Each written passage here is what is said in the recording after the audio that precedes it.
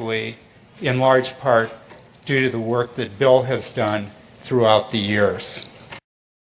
He has been hailed as a shrewd executive who built the Microsoft empire with his remarkable talent for business. When the biographers and historians write the history of the 20th century, Bill Gates is going to go down as the best businessman of our century. And Microsoft is one of the greatest companies of the 20th century. And he has been praised as a philanthropist who is selflessly devoting his wealth to improving the lives of people around the world. Bill, even your harshest critic would have to admit that your philanthropy work is, planet-shaking, incredible, and could be, if you make it a second act, so amazing that it would dwarf what you've actually done at Microsoft.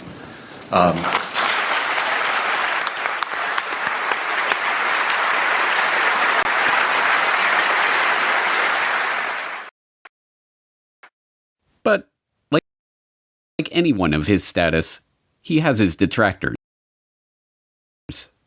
In the 1990s, he was often portrayed as the greedy head of the evil Microsoft monopoly.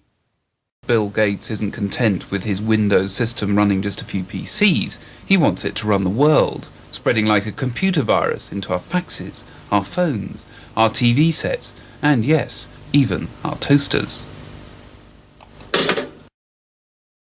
But in the age of the coronavirus crisis, he is most often treated like some sort of epidemiologist or leading health researcher. Back here with us once again to talk about this, as well as testing, treatments, and more, Bill Gates, co-chair of the Bill and Melinda Gates Foundation. Bill, thanks so much for being back with us. It's been a little over a month since you were here, and at that time, you said the U.S. had not hit its peak. So at this point, do you think we have peaked, and where do you think we are right now in kind of the arc of the pandemic? But in truth, none of these perspectives are accurate. Microsoft's big break famously came from a deal to provide software for IBM as they moved into the personal computer market. But the deal was not the result of Gates's technical genius or amazing business acumen. As has been quietly admitted by IBM executives in the years since, Microsoft was given their shot at the chance to work with Big Blue as a result of Gates's mother's relationship with IBM CEO John Opel. You remember your partnership of IBM and Bill Gates. How did it break up? I do remember very well, actually. Bill Gates, at the beginning of our relationship with him, was living on pizza and Pepsi-Cola in Albuquerque, New Mexico. And his mother happened to be on the United Way board with our chairman and asked our chairman to help him. And, when the chairman comes in and tells you to go help this kid, 900 people get on the plane Monday morning and they all go down to try to help Bill Gates. So I don't see Bill Gates as this great creative person. I see him as an opportunist. And in fact, in those days, there was a lot of sharing of software code. People gave it away. In Silicon Valley, they would share everything. He came in and he tried to control everything and put a price on it. Computer historians have long known how the basis for what became MS-DOS was not Bill Gates' brilliant imagination, but QDOS, a quick and dirty operating system that had been thrown together by Tim Patterson, a worker at Seattle Computer Products, as a placeholder until he could sell a proper operating system to his customers. And as even Gates himself admitted, the breakthrough graphical user interface that became the basis for Windows was ripped off from the researchers at the Xerox Palo Alto Research Center. As Bill would say after Apple unsuccessfully sued Microsoft for copyright infringement over Windows GUI, "Hey, Steve, just because you broke into Xerox's house before I did and took the TV, doesn't mean I can't go in later and take the stereo." And, as Gates also admits, it is not a spirit of selfless generosity that motivates his interest in vaccines and other lucrative health interventions. I'd like to talk to you about your approach to vaccinations. You wrote something recently, and like you always do, you kind of looked at the problem from a scientific and business perspective on things. You've invested $10 billion. He is a computer savant, a genius businessman, or a saintly philanthropist. But all of these perspectives have been brought to you through PR outlets founded or funded by the Bill and Melinda Gates Foundation. Bill Gates is no longer a subject for historians, but videographers. Now we must confront the question of why this man is motivated to build such a web of control. Control over our public health agencies. And for all 193 member states, you must make vaccines a high priority in your health systems to ensure that all your children have access to existing vaccines now and to the new vaccines that have recently become available. Control over our identities. And the lack of an ID system is a problem, not just for the payment system, but also for voting and health and education and taxation. And so it's a wonderful thing to go in and create a broad identification system. Control over our transactions. Once financial flows go underground, where you have lots of legitimate transactions mixed in with the ones you want to track, and once they're going over a digital system that the U.S. has no connection to, it's far more difficult to find the transactions that you want to be aware of or that you want to block. And even control over our bodies. But we're going to have this intermediate period of opening up, and it won't be normal until we get an amazing vaccine to the entire world. We must confront the possibility that this quest for control comes not from a selfless spirit of generosity that never seemed to exist before he became a multi-billionaire, but from the same drive for money, the same desire for domination, and the same sense of superiority that motivated him on his way up the corporate ladder. But if the answer to the question, who is Bill Gates, is Bill Gates is a eugenicist, that tells us some important things about the world that we are living in. It tells us that Gates is deceiving the public into supporting his takeover of the world with a false front of philanthropy. It tells us that the goal of the Gates, like the goal of the Rockefellers before them, is not to improve the world for humankind, but to improve the world for their kind. And most importantly, it tells us that Bill Gates is no comic book supervillain, single-handedly directing all of the chaos that is unfolding in the world or single-handedly bringing his own order to that chaos. No, if Bill Gates is a eugenicist, driven by a belief in the superiority of himself and his fellow wealthy elitists, then what we are facing is not one man, or even one family, but an ideology. This is not a trivial point.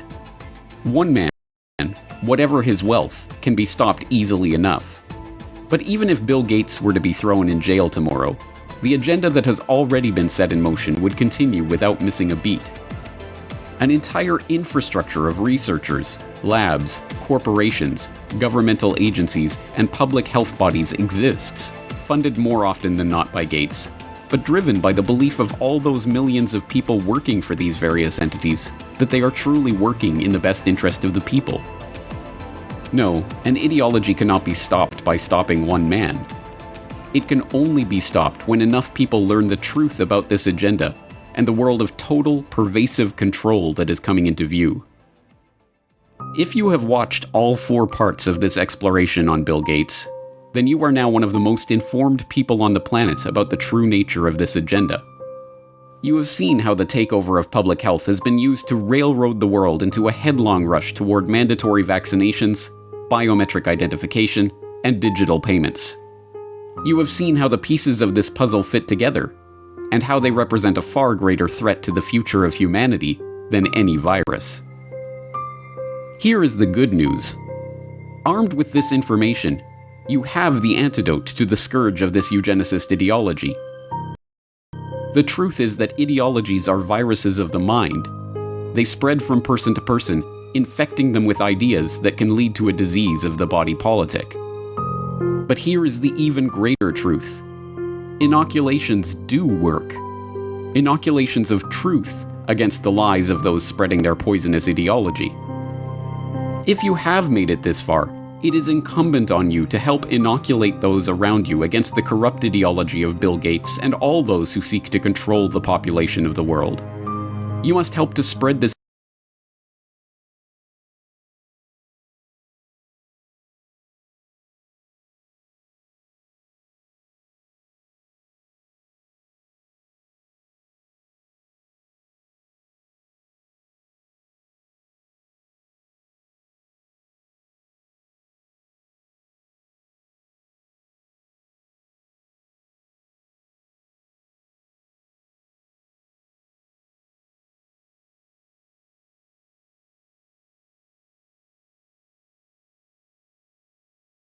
information so that others have a chance to see the bigger picture and decide for themselves whether they are willing to roll up their sleeves and accept what is coming or not.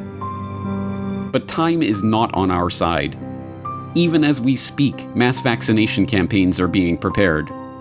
We are already building our plans to vaccinate the whole city of Chicago and working with others across the region on a major plan for this. We've bought syringes, we've bought cold boxes, we've planned out locations. Biometric identification schemes and immunity passports are already being rolled out. And so while we started with travel at our core, we're a biometric secure identity platform where it's always been about attaching your identity to your boarding pass at the airport, or your ticket to get into a sports stadium, or your credit card to buy a beer. And so now with the launch of Clear Health Pass, it's about attaching your identity to your COVID-related health insights for employers, for employees, for customers. Programs for tracking, tracing, and surveilling the entire population are already being beta tested. Today we are launching another useful tool that can supplement the critical detective work we are conducting in public health. Alberta Trace Together is a voluntary, secure, mobile contact tracing application to help prevent the spread of COVID-19. And the digital payment infrastructure, the system of financial exclusion that will allow governments to turn off our access to the economy at will, is being put into place. In order to avoid the risk of transmission through physical handling of money, we encourage the use of cashless transactions, such as mobile money, M-Pesa and otherwise, and credit cards. People are using touchless payment systems much more than they're using cash, both because we're not interacting with people directly as much anymore, and also because cash is kind of skeezy. We must spread the word about the dark nature of this population control agenda to as many people as we can, before our ability to speak out against this agenda is taken away for good. Thanks to the likes of Bill Gates, the virus of this population control agenda is already here. It is threatening to crash the system as we've known it. But if Bill Gates has taught us anything, applications like Word and Excel, PowerPoint, it's how to deal with a virus. It's time for a hard reset.